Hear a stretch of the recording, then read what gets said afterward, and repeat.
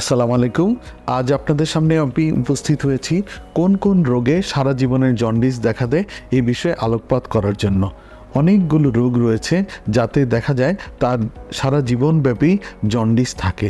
এর মাঝে কিছু রয়েছে অক্ষতিকর জন্ডিস এবং কিছু রয়েছে ক্ষতিকর জন্ডিস, অর্থাৎ জন্ডিসের কারণে তার জীবন হানি ঘটে যায়।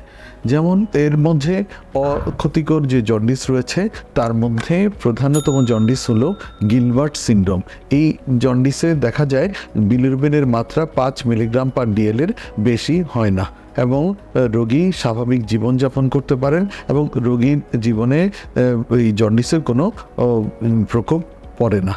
দেখা যায় শুধুমাত্র বিলিরুবিনের মাত্রাই বেশি থাকে, অন্যান্য এনজাইম যেমন SGPT, SGOT, gamma glutamine transferase, alkaline phosphatase, এই এনজাইমগুলো স্বাভাবিক থাকে। তাহলে এই ধরনের জন্ডিস হলো অক্ষতিকর জন্ডিস, কিন্তু সারা জীবনব্যাপী থাকতে পারে। এবং দ্বিতীয় যে জন্ডিস হইল সেটি হলো রোটোর সিনড্রোম। এই ক্ষেত্রেও দেখা যায় সারা জীবন জন্ডিস থাকে। আর তৃতীয় যে জন্ডিস রয়েছে এটি হলো ক্রিগলার নাজ্জার সিনড্রোম।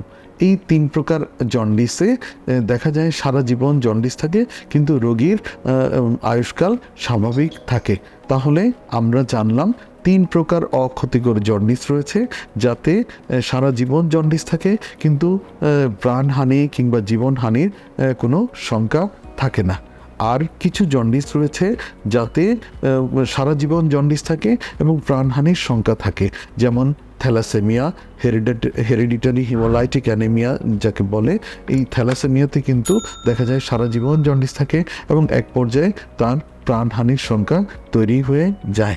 এছাড়া কিছু কিছু ক্যান্সার রয়েছে যাতে কিন্তু প্রাণহানি ঘটে যেতে পারে, যেমন পিত্তনালীর ক্যান্সার অর্থাৎ কোলাঞ্জিওকার্সিনোমা। এতে জন্ডিস থাকে, একবার শুরু হলে সারা জীবন থাকে এবং জীবন শেষ হয়ে যায় জন্ডিসের কারণে। এছাড়া দেখা যায় পেরিঅ্যাম্পুলারি কার্সিনোমা, তাতেও জন্ডিস দেখা দেয় এবং রোগীর প্রাণহানির শঙ্কা তৈরি হয়ে যায়। তাহলে আজ আমরা জানলাম সারা জীবনের জন্ডিস কোন কোন রোগে থাকে।